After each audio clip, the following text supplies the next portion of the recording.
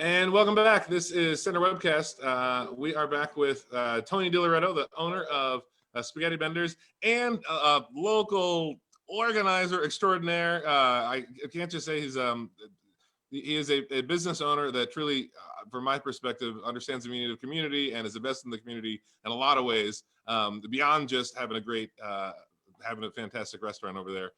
Welcome, Tony. How are you doing? Good, Gerald. Thank you very much. Thanks for having me. Thanks Sure. for what you're doing. Well, thanks for coming back. You have been really busy. We had you on one of our first episodes. Right after the closure, you started doing lunches for school-age kids, trying to fill in that gap to make sure that no kids go hungry. How is that going? Is that still happening? Yeah, it's still happening. We're not doing as many as we were in the beginning, but we're still doing it. We were probably averaging maybe 35 to 40 the first 3 weeks. And now we're about 20, 25, but kids are still coming over, and we give them give them pasta with butter or red sauce, fresh bread. We give them bottled water and fruit. And we've had a lot of regulars, a lot of regulars coming in. So they get the same thing. Josh just says, boy, they never switch up. They just get the same thing every time. I say, hey, that's all right, as long as they're coming over. As long as they're coming over, I mean, I think it's just great. People should definitely recognize, and that's in addition to the other food supports that are around town, like ICAP and Chevy Chase. Also, at Spagheti Benders, people still can go to at noon for school age kids and pick up a lunch. I think it's just a wonderful community service you're doing. Yeah, the community's really come together very strong, very very nicely, and at times like this, it really means a lot to see how people invest their time back into helping others. And there's been a lot of that around here, and it's nice to be a part of it. So maybe you could tell us a little bit about how a business is going. Otherwise, I know you've been doing curbside. You've got a relatively good setup right there on Philly Street. You've got a big window of curbside. How has it been going over the last? We've been hanging in there. With a lot of support. We've been here for 30 years, so almost 30 years, and a lot of people are still hanging in there with us, and they're supporting all the restaurants, not just us, and and we really appreciate it, because it's funny how how it evolves. As Dave was saying earlier, how you adapt, and like Lemania's Produce. So I've known Mike for 30 years. I've been doing business with him for 30 years, and the same thing happened. When we first opened up, we were basically a takeout restaurant, and then we had to adapt into a dine-in restaurant. Now we're doing it all over again. Now we're adapting back to being primarily takeout, exclusively takeout for right now. And it's just been and that's what, like Dave said earlier, it's just you have to adapt to survive, and that's what a lot of places are doing. And the community support has been really, really strong. And just to tell you about the impact of of a small business has on a community, because you can share social media posts and order and takeout, but they say the average. Let me read this. The average of 2/3 of every dollar spent at small businesses in the United States stays in a local community. Consumers' local impact could be significant, very significant.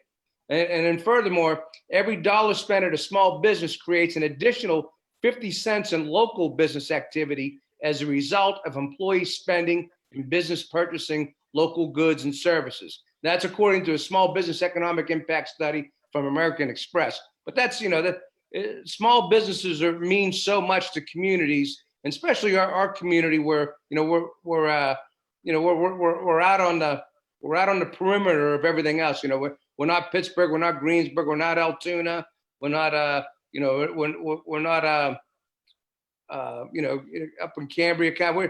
We're on the outskirts, and we have to be innovative to keep business strong. So I think that's completely right, and I think there's a huge importance for small businesses to be doing well here.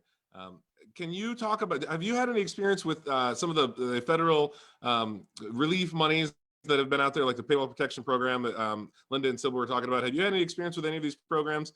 Yes, and I am fortunate. I'm fortunate enough to be one of the few that were able to get on board with it, and and that's there for God forbid we don't have a setback, that we keep on going in the right direction. But it's really, and I feel for those other businesses that haven't got that opportunity to have that backup in case you need it, and it really needs to be there for them, because it provides a lot of security and a lot of relieves a lot of anxiety. Because even business is not normal right now, obviously, and everybody's surviving with less, and it's like I said, for me, I don't know. I mean, I was just fortunate. I got it done. I got it in. I communicated with people, and I was one of the few that were able to the fortunate ones that they're able to get that through. And I hear about, and I can't imagine the anxiety I would feel if I didn't have that backup support. Yeah. I think the numbers that Linda just told us, 70% of small businesses here in the county applied. Only 40% were.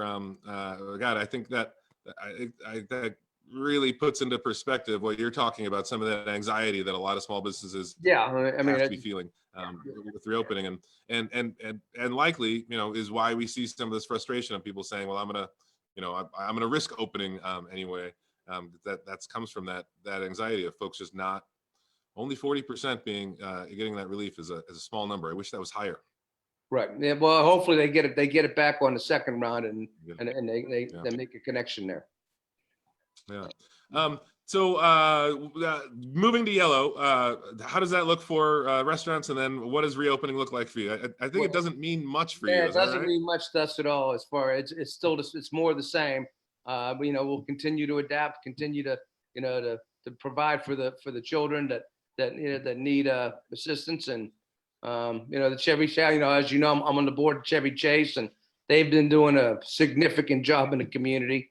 Man, it's an honor to be a part of that group too.